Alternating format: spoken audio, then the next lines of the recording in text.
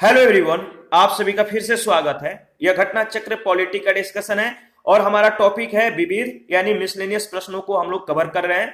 और आज के सेशन में मिसलेनियस प्रश्नों को पूरी तरह से कवर कर लेंगे और इसी के साथ घटना चक्र पॉलिटी का बुक आपका पूरी तरह से फिनिक्स हो जाएगा, समाप्त हो जाएगा। तो चलिए स्टार्ट करते हैं क्वेश्चन नंबर 54 से।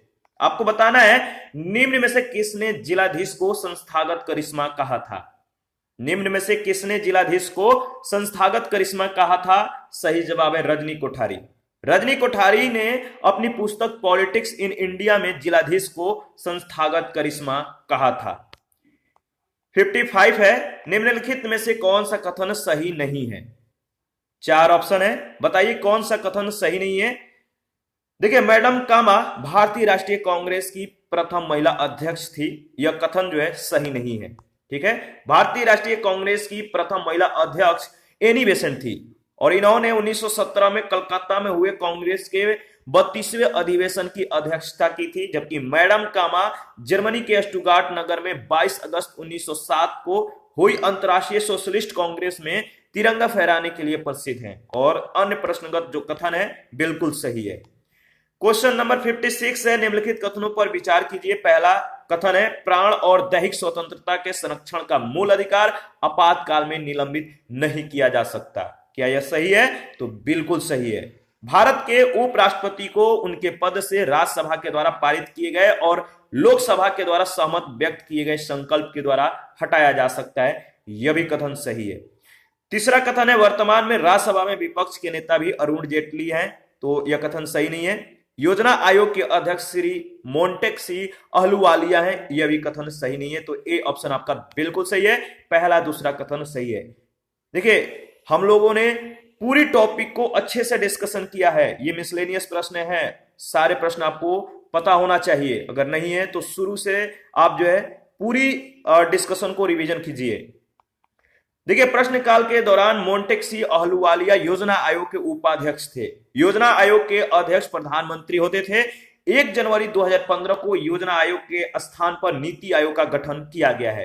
प्रश्नकाल में राज्यसभा में विपक्ष के नेता अरुण जेटली थे, जो कि अब दिवंगत हैं। वर्तमान में मल्लिकार्जुन खड़गे राज्यसभा में विपक्ष के नेता हैं और पहला दूसरा संवैधानिक उपबंधों के तहत सही है। वर्तमान परिप्रेक्ष्य में पहला यानी ए ऑप्शन सही उत्तर है। 57 है, निम्नलिखित में से कौन सा कथन सही नहीं है। तो देखिए, पहला इसमें जो दिया गया है, देखिए इसमें जो कथन है दो सही नहीं है, जो कि इसमें ऑप्शन आपका डाउटफुल है। इसके बारे में हम लोग डिस्कस कर लेते हैं। 92वें संविधान संशोधन अधिनियम 2003 के द्वारा संविधान के 8वीं अनुसूची में 4 नई भाषाएं, याद रखिएगा, बोडो, डोगरी, मैथिली और संथाली सम्मिलित की गई।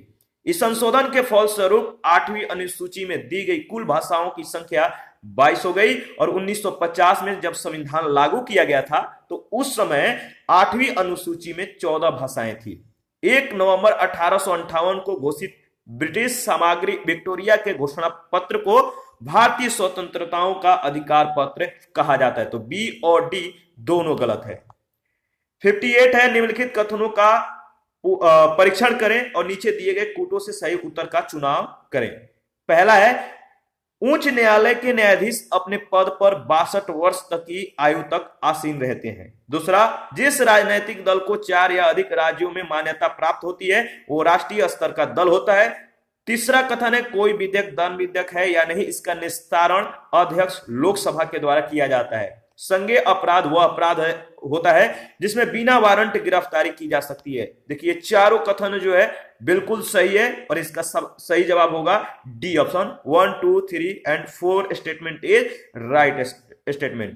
अनुच्छेद 217(1) के अनुसार अगर बात करें तो उच्च न्यायालय के न्यायाधीश 62 वर्ष की आयु तक अपने पद पर रह सकते हैं। यहां पे आपको कमेंट करके बताना है कि उच्चतम न्यायालय के यानी जो सुप्रीम कोर्ट है, सुप्रीम कोर्ट के न्यायाधीश का जो मतलब कि आयु है, कितना वर्ष तक ये अपने पद पे रह सकते हैं, तो कमेंट करके बताइए।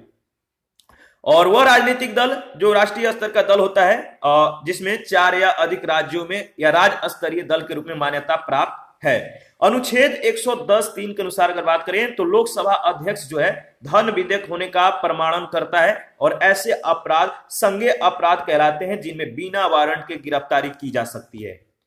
59 है वह कौन सा अपराध है जिसके घटित करने का प्रयास दंडनीय है और जिसके पूर्ण होने पर अपराधी को दंडित नहीं किया जा सकता। सही जवाब है आत्महत्या। आत्महत्या एक ऐसा अपराध है जिसके पूर्ण होने पर अपराधी दंडित नहीं किया जा सकता, क्योंकि उसका जो जीवन है अस्तित्वहीन रह जाता है, मतलब उसका जीवन समाप्त हो जाता है, जीवित अस्तित्व नहीं रहता, जबकि इसका प्रयास दंडनीय अपराध है। भारतीय दंड संहिता के धारा 309 में जो है इसके बारे में वर्णित है। 60 नंबर है, निम्नलिखित में से कौन सा युग्म सही सुमेलित नहीं है? कौन सा युग्म सही सुमेलित नहीं है? तो सही जवाब है बी ऑप्शन। राज के नाम का परिवर्तन जो है राज्य विधानसभा के शक्ति है, यह सही नहीं है। ठीक है, तो आपका बी ऑप्शन बिल्कुल सही ऑप्शन है। राज के नाम अथवा क्षेत्र में परिवर्तन भारत की संसद ही जो है विधि बनाकर कर सकती है, न कि राज्य के विधानसभा। तो याद रखिएगा, राज्य के नाम अथवा क्षेत्र में परिवर्तन भारत के संसद ही जो है विधि बनाकर कर सकती है। 61 है, प्रथम भारत रत्न प्राप्त करने वाले व्यक्ति कौन थे? प्रथम भारत रत्न किनको दिया गया था? सही जवाब होगा एस राधाकृष्णन को, यानी डी ऑप्शन। भारत सरकार के द्वारा देश के सर्वोच्च नागरिक पुरस्कार के रूप में भारत रत्न की स्थापना 1954 में की गई थी। सर्वप्रथम यह पुरस्कार 1954 में सर्वपल्ली राधाकृष्ण, चक्रवर्ती राजगोपालचारी और चंद्रशेखर वेंकट रमन को प्रदान किया गया था। तीनों का नाम याद रखिएगा, सर्वपल्ली राधाकृष्णन, चक्रवर्ती राजगोपालचारी और चंद्रशेखर वेंकट रमन। 62 है आपको सूचीवन यानी उत्कृष्ट सांसद और पुरस्कार वर्ष, इसके साथ जो है मिलान करना है। बताइए इसका सही जवाब क्या होगा? इसका सही जवाब है ए ऑप्शन, और इसके बारे में देख लेते हैं। देखिए, उत्कृष्ट सांसद पुरस्कार संसद में महत्वपूर्ण योगदान देने वाले सांसदों को दिया जाता है और इसकी शुरुआत जो है 1994 में की गई। मुरली मनोहर जोशी इनको 2009, अरुण जेटली को 2010, कर्ण सिंह को 2011 और शरद यादव को 2012 में जो है यह पुरस्कार दिया गया था। उनके पश्चात वर्ष 2013 के लिए नजमा हेपतुल्ला को, 2014 में हुकुमदेव नारायण को, 2015 में गुलाम नबी आजाद को, 2016 में दिनेश त्रिवेदी को और 2017 में भर्तृहरि महताब को इस पुरस्कार से नवाजा गया। 63 है, निम्नलिखित राज्यों में से किसमें 1967 से 1971 के मध्य अधिकतम गठबंधन सरकारें बनाने का रिकॉर्ड है?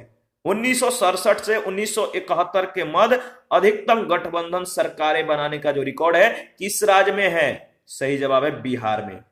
बिहार में वर्ष 1967 से 1971 के मध्य 9 बार गठबंधन सरकारों का गठन हुआ था।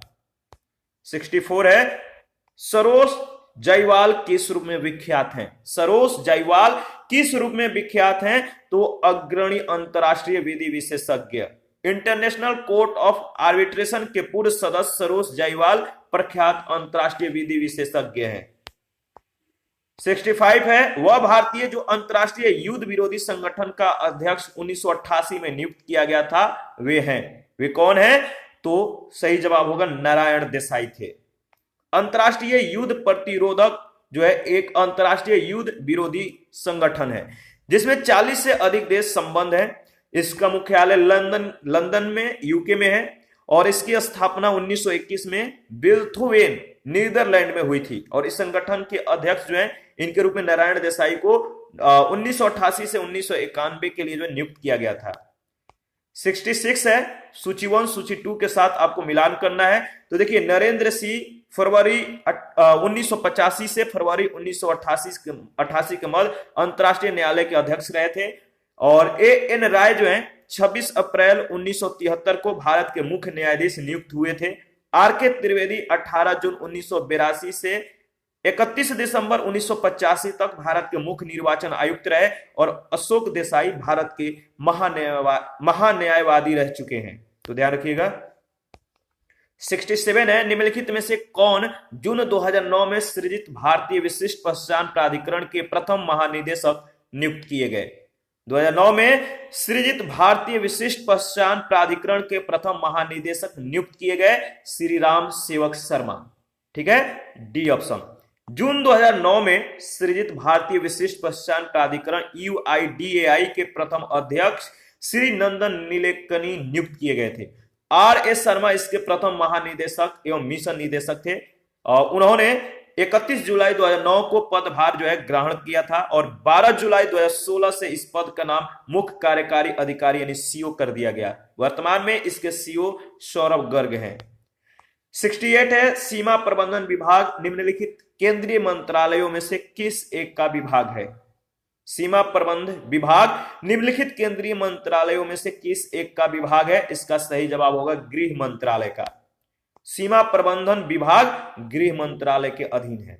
69 है, निम्नलिखित में से कौन सा एक मानव संसाधन विकास मंत्रालय में विभाग नहीं है? कौन सा एक मानव संसाधन विकास मंत्रालय विभाग में नहीं है? तो सही जवाब होगा महिला और बाल विकास विभाग। शिक्षा मंत्रालय पूर्व नाम मानव संसाधन विकास मंत्रालय के तहत वर्तमान में 2 विभाग है। पहला स्कूली शिक्षा और साक्षरता विभाग, दूसरा उच्चतर शिक्षा विभाग।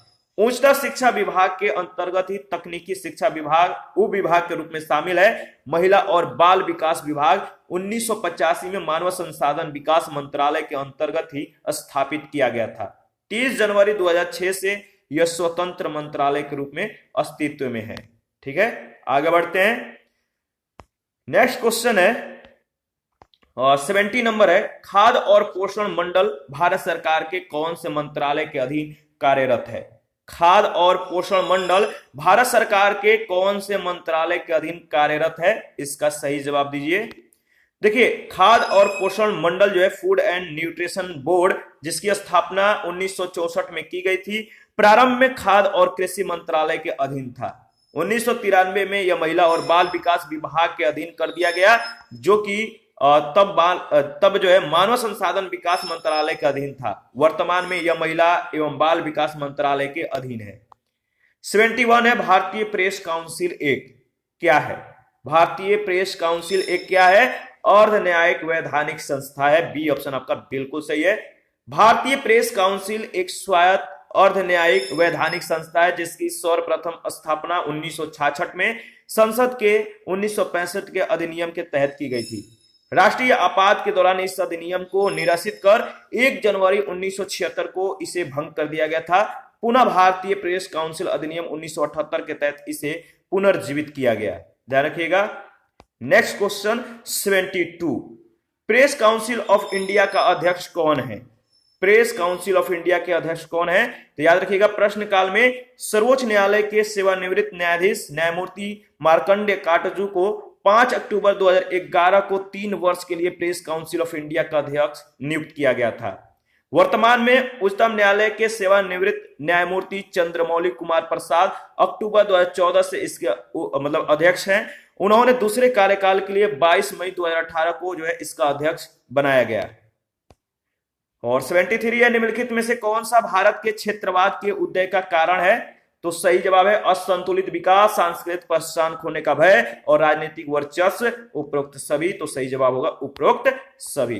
देखिए, विविध क्षेत्रों का भिन्न और असंतुलित विकास, कतिपय क्षेत्रों में सांस्कृतिक पहचान है खोने का भय, तथा कुछ क्षेत्रों का अन्य क्षेत्रों पर राजनीतिक वर्चस्व, ये सभी भारत में क्षेत्रवाद के उदय के कारण हैं।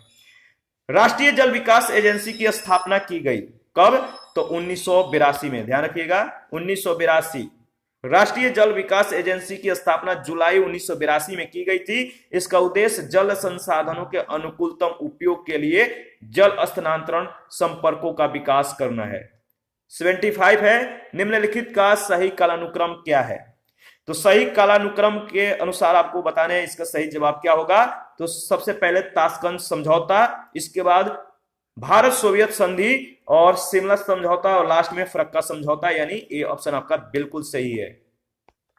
देखिए, शिमला समझौता भारत और पाकिस्तान के मध्य 2 जुलाई 1972 को शांति, मित्रता एवं सहयोग के मित्रता, शांति एवं सहयोग की भारत सोवियत संधि 9 अगस्त 1971 को, फरक्का समझौता भारत और बांग्लादेश के मध्य अंतरिम रूप से 1975 में और अंतिम रूप से 12 दिसंबर 1996 को, और ताशकंद समझौता भारत पाकिस्तान के मध्य 10 जनवरी 1966 को हस्ताक्षरित हुआ था।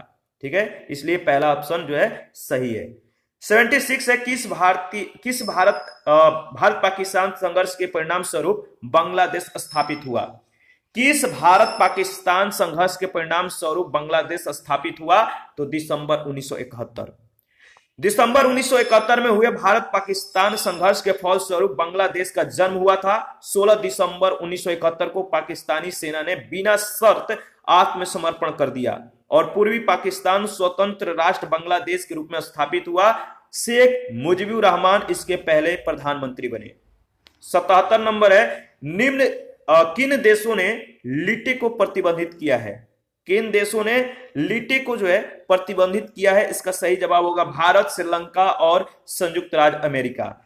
प्रश्नकाल के दौरान अगर बात करें तो भारत, श्रीलंका और यूएसए सहित विश्व के कई देशों ने लिटे को प्रतिबंधित किया था।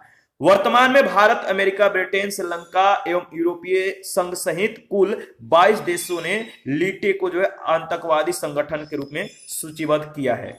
ठीक है, क्वेश्चन नंबर 78 है, सुमेलित कीजिए, बताइए कि इसका सही जवाब क्या होगा। सुमेलित करना है तो देखिए, ऑपरेशन चेकमेट श्रीलंका से संबंधित है, ऑपरेशन कैक्टस मालदीव से, ऑपरेशन ब्लू स्टार पंजाब और ऑपरेशन सिद्धार्थ का संबंध बिहार से। याद रखिएगा कौन सा ऑपरेशन किससे संबंधित है।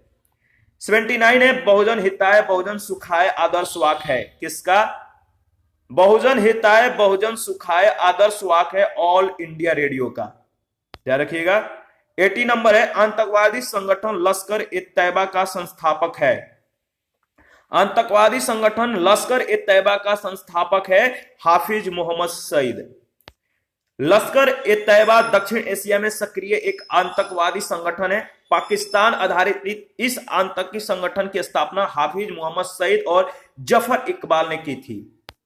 81 है, निम्नलिखित में से कौन सा एक सुमेलित नहीं है?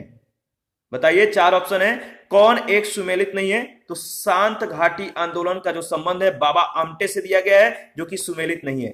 बाबा आमटे वन्य जीव संरक्षण तथा नर्मदा बचाओ आंदोलन से जुड़े थे। शांत घाटी आंदोलन के संदर्भ में डॉक्टर सलीम अली का नाम चर्चित रहा। 82 है, निम्नलिखित में से कौन सा सही सुमेलित नहीं है? कौन सा सही सुमेलित नहीं है? तो सी ऑप्शन जो है, armoured corps centre and school का संबंध जो है जबलपुर से दिया गया है। Armoured corps centre and school का संबंध जबलपुर से दिया गया, जो कि सही नहीं है।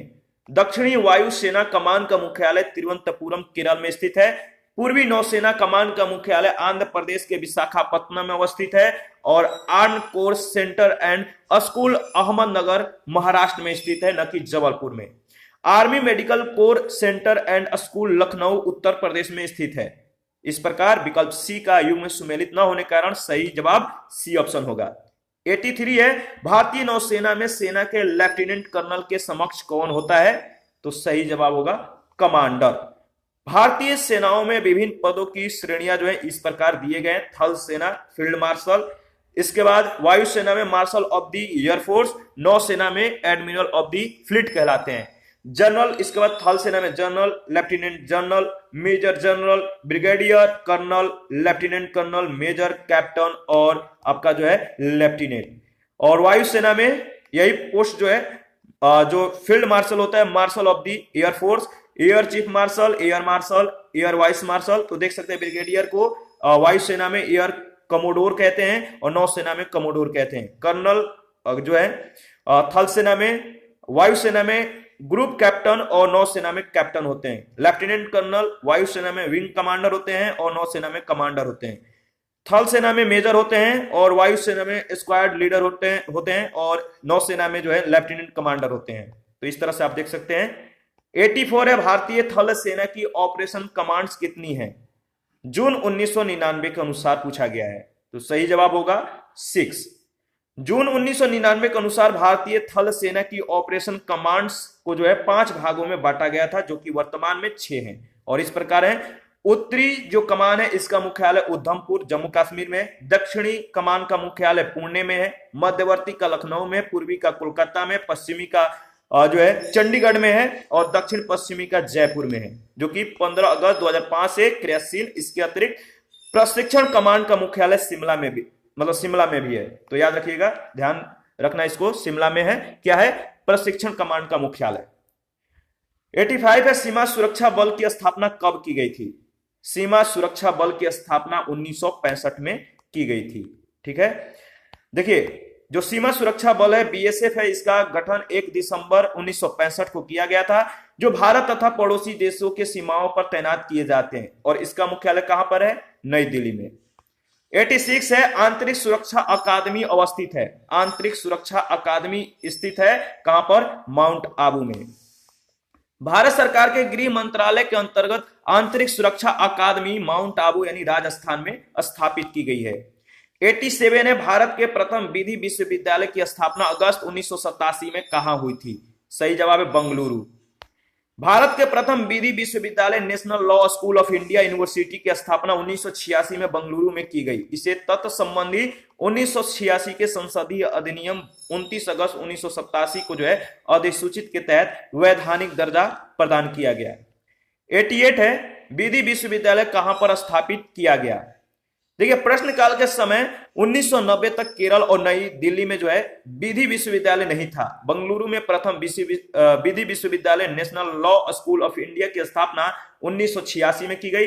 नई दिल्ली में नेशनल लॉ यूनिवर्सिटी 2008 में, और केरल के कोच्चि में national university of advance legal studies की स्थापना 2005 में हुई थी, जबकि त्रिवेंद्रम यानी तिरुवनंतपुरम में विधि विश्वविद्यालय स्थित नहीं है।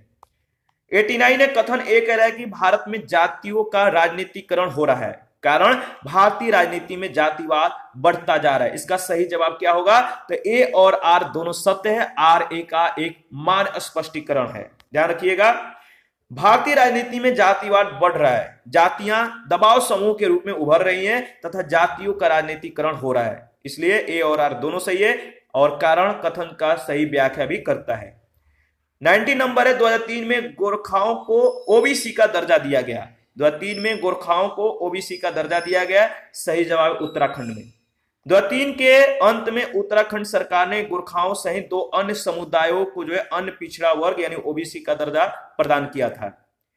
91 है, वैज्ञानिक समाजवाद का श्रेय जाता है। वैज्ञानिक समाजवाद का श्रेय किनको जाता है? तो कार्ल मार्क्स को। वैज्ञानिक समाजवाद का श्रेय कार्ल मार्क्स को जाता है। कार्ल मार्क्स ने समाजवाद को वैज्ञानिक आधार पर प्रदान किया। कार्ल मार्क्स को वैज्ञानिक समाजवाद के साथ साथ साम्यवाद का जनक भी कहा जाता है। 92 है, मार्टिन मार्क्स के द्वारा नौकरशाही के कितने प्रकार बताए गए हैं? तो सही जवाब है 4। देखिए मार्टिन मार्क्स के द्वारा नौकरशाही के 4 जो है प्रकार बताए गए हैं: अभिभावक नौकरशाही, जातीय नौकरशाही, संरक्षक नौकरशाही और योग्यता नौकरशाही। 93 है, सूची 1 सूची 2 के साथ आपको मिलान करना। इसका सही जवाब होगा सी ऑप्शन, और इसके बारे में हम लोग देख लेते हैं। ठीक है, और ऑलरेडी पहले भी हम लोगों ने इसके बारे में डिस्कस किया है। अतुल कोहली, इनका पुस्तक है the success of India democracy. Granville Austin का पुस्तक है working a democratic constitutions a history of the Indian experience, और पेंड्रल मून का पुस्तक है डिवाइड एंड क्विट, और एलन ग्लेडहिल का जो पुस्तक है the republic of India development of its laws and constitution. याद रखिएगा। 94 है, विदेश में सर्वप्रथम भारत महोत्सव कहां आयोजित हुआ? विदेश में सर्वप्रथम भारत महोत्सव कहां आयोजित हुआ? ब्रिटेन 1982 में। विदेश में सर्वप्रथम भारत महोत्सव 1982 में ब्रिटेन में आयोजित हुआ था। 95 है, भारत में बहुत सारे प्रवासी भारतीयों से जुड़ने के लिए प्रत्येक वर्ष प्रवासी भारतीय दिवस सम्मेलन आयोजित किया जाता है। यह सम्मेलन प्रारंभ हुआ था किस वर्ष? यह सम्मेलन किस वर्ष प्रारंभ हुआ था? तो सही जवाब है 2003 में। लक्ष्मीमल सिंघवी समिति के रिपोर्ट के आधार पर अगर बात करें तो वर्ष 9 जनवरी, मतलब कि प्रति वर्ष 9 जनवरी यानी महात्मा गांधी के दक्षिण अफ्रीका से भारत वापस आने का यह दिन है 9 जनवरी। इसी को प्रवासी भारतीय दिवस 2003 से आयोजित किया जा रहा है। 96 है, देखिए आपको बताना है कि क्षेत्र जो प्राय समाचारों में आता है और देश, ये जो क्षेत्र हैं किन देशों के क्षेत्र हैं, तो आपको बताना है। जैसे चेचन्या है रशियन फेडरेशन के संदर्भ में है, दारफुर जो है माली, और स्वात घाटी का संबंध इराक से है। तो बताइए इसका सही संबंध किससे है? मतलब सही जवाब होगा, देखिए चेचन्या का संबंध जो है रशियन फेडरेशन से है। ए ऑप्शन आपका बिल्कुल सही है। चेचन्या जो है रूस का एक गणतंत्र है। यह उत्तरी कॉकेसस में पूरी यूरोप के दक्षिणी भाग में कैस्पियन सागर से 100 किलोमीटर दूर पर स्थित है। दारफूर पश्चिमी सूडान में स्थित एक क्षेत्र है। दूसरा जो है आपका सही सुमेलित नहीं है। जो स्वात है पाकिस्तान के खैबर पख्तूनख्वा प्रांत में जो है स्थित एक घाटी, एक प्रशासनिक जिला है। ठीक है। 97 है, प्राय चर्चा में रहने वाला बर्बर भाषी समुदाय रहता है। प्राय चर्चा में रहने वाला बर्बर भाषी समुदाय रहता है। कहां पे रहता है आपको बताना है। सही जवाब है, ठीक है, चर्चा में रहने वाला बर्बर भाषी समुदाय उत्तर एवं पश्चिमी अफ्रीका देशों Algeria, Morocco, Tunisia, Libya, Mauritania, Mali, Niger आदि में निवास करता है। याद रखिएगा। 98 है, निम्नलिखित देशों पर विचार कीजिए, ठीक है, और उपयुक्त में से कौन से आर्कटिक काउंसिल के सदस्य हैं। तो बताइए, 5 देशों का नाम दिया गया है, आपको बताना है कौन कौन से देश आर्कटिक काउंसिल के सदस्य हैं। तो देखिए, डेनमार्क है, इसके बाद रशियन फेडरेशन है और आपका यूनाइटेड स्टेट ऑफ अमेरिका है। तो डी ऑप्शन आपका बिल्कुल सही है। आर्कटिक काउंसिल जो है एक उच्च स्तरीय अंतर सरकारी फोरम है जिसका गठन 1996 में ओटावा घोषणा पत्र के तहत अमेरिका, रूस, Iceland, Norway, Sweden, Denmark, Finland और कनाडा कुल 8 देशों के सहायता मतलब सदस्यों के साथ जो है किया गया था। यह परिषद जो है आर्कटिक क्षेत्र में नीति निर्धारण और समन्वय का महत्वपूर्ण कार्य करती है और इस परिषद के अस्थायी पर्यवेक्षक 12 राष्ट्रों में भारत और जापान भी जो है शामिल है। तो ये जो भारत और जापान है मतलब कि पर्यवेक्षक के रूप में ये शामिल है। 99 है, भारतीय श्रीलंका समझौते के अंतर्गत निम्न में से क्या नहीं था। भारत श्रीलंका समझौते के अंतर्गत निम्न में से क्या नहीं था। 4 ऑप्शन है, बताइए। तो पूर्ण स्वतंत्रता, भारत श्रीलंका समझौता जो है 1987 में श्रीलंका की अखंडता को बनाए रखने के बाद जो है की गई थी और तमिल राज्य की पूर्ण स्वतंत्रता का इसमें कोई उल्लेख नहीं था। 100 नंबर है, निम्नलिखित में से कौन सर्वप्रथम महिला प्रधानमंत्री किसी देश की बनी।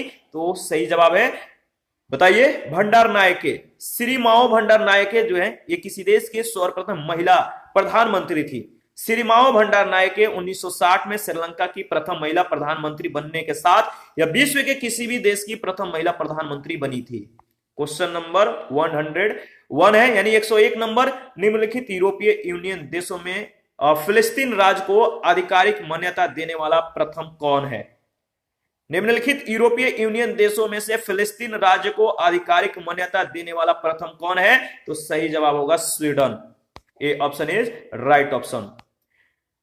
और देखिए, यूरोपीय यूनियन देशों में जो फिलिस्तीन राज्य है इसको आधिकारिक मान्यता प्रदान करने वाला प्रथम देश स्वीडन है।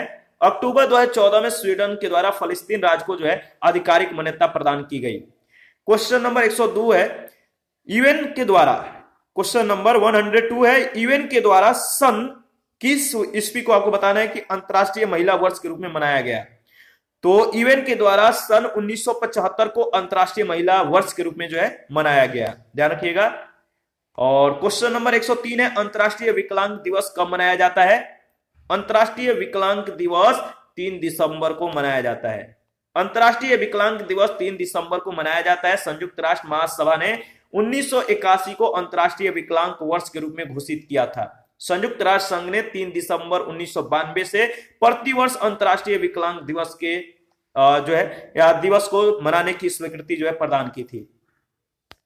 104 है, अंतरराष्ट्रीय अहिंसा दिवस कब मनाया जाता है। तो राष्ट्रीय अहिंसा दिवस 2 अक्टूबर को मनाया जाता है। राष्ट्रीय अहिंसा दिवस 2 अक्टूबर को महात्मा गांधी के जन्मदिन के अवसर पर जो है मनाया जाता है। 15 जून 2007 के जो दिन है, संयुक्त राष्ट्र महासभा ने प्रत्येक वर्ष 2 अक्टूबर के दिन को अंतरराष्ट्रीय अहिंसा दिवस के रूप में मनाने का निर्णय लिया था। क्वेश्चन नंबर 105 है, उल्फा उग्रवादी किस राज्य से संबंधित है। उल्फा उग्रवादी किस राज्य से संबंधित है। तो असम से। क्वेश्चन नंबर 106 यानी 106 है, यानी 106 है, पीपुल्स वार ग्रुप नामक आतंकवादी संगठन स्थित है। कहां पे है। तो पीपुल्स वार ग्रुप नामक आतंकवादी संगठन जो स्थित है वह आंध्र प्रदेश में। पीपुल वार ग्रुप नामक आतंकवादी संगठन की स्थापना 22 अप्रैल 1980 को आंध्र प्रदेश में कोडापल्ली सीतारमैया नामक नक्सली नेता ने की थी। 2004 में इस संगठन ने माओवादी कम्युनिस्ट सेंटर के साथ जो है विलय कर कम्युनिस्ट पार्टी ऑफ इंडिया यानी माओवादी का निर्माण किया। ठीक है, और इसी के साथ जो है यह जो घटना चक्र का पूरा जो चैप्टर है समाप्त हो जाता है। हम लोगों ने चैप्टर में प्रत्येक चैप्टर को डिस्कशन के साथ, क्वेश्चन एनालिसिस के साथ पूरी तरह से कवर किया है। आप रिवीजन करते रहिएगा और आप अपना प्रतिक्रिया जरूर दीजिए। आपके प्रतिक्रियाओं का हमें बेसब्री से इंतजार रहता है। आप लोग का कमेंट बहुत कम आता है, आप लोग कमेंट किया कीजिए, क्योंकि कमेंट करने से, आप लोग कमेंट करते हैं तो काम को करने से और अच्छे बेहतर परफॉर्मेंस देने के लिए हमें जो है उत्साह मिलता है। तो आप लोग कमेंट किया करिए। ठीक है, आपका कमेंट हमारे लिए बहुत ज्यादा इंपॉर्टेंट होता है। और जिन लोगों ने Telegram channel, Telegram quiz group को ज्वाइन नहीं किया है तो वीडियो के डिस्क्रिप्शन बॉक्स में उसका लिंक दिया गया, आप ज्वाइन कर सकते हैं। और जिनको घटना चक्र का पीडीएफ चाहिए वो हमसे संपर्क कर सकते हैं। ठीक है, कम्युनिटी पे भी इसके बारे में इंफॉर्मेशन दिया गया है और आप कहीं से भी हमें फेसबुक पेज पे या इंस्टाग्राम पे, टेलीग्राम पे आप हमें कहीं से भी संपर्क कर सकते हैं। वहां पे पूरी आपको इंफॉर्मेशन दे दी जाएगी, आपको पीडीएफ जो है प्रोवाइड कराया जाएगा। थैंक यू, मिलते हैं नेक्स्ट सेशन में।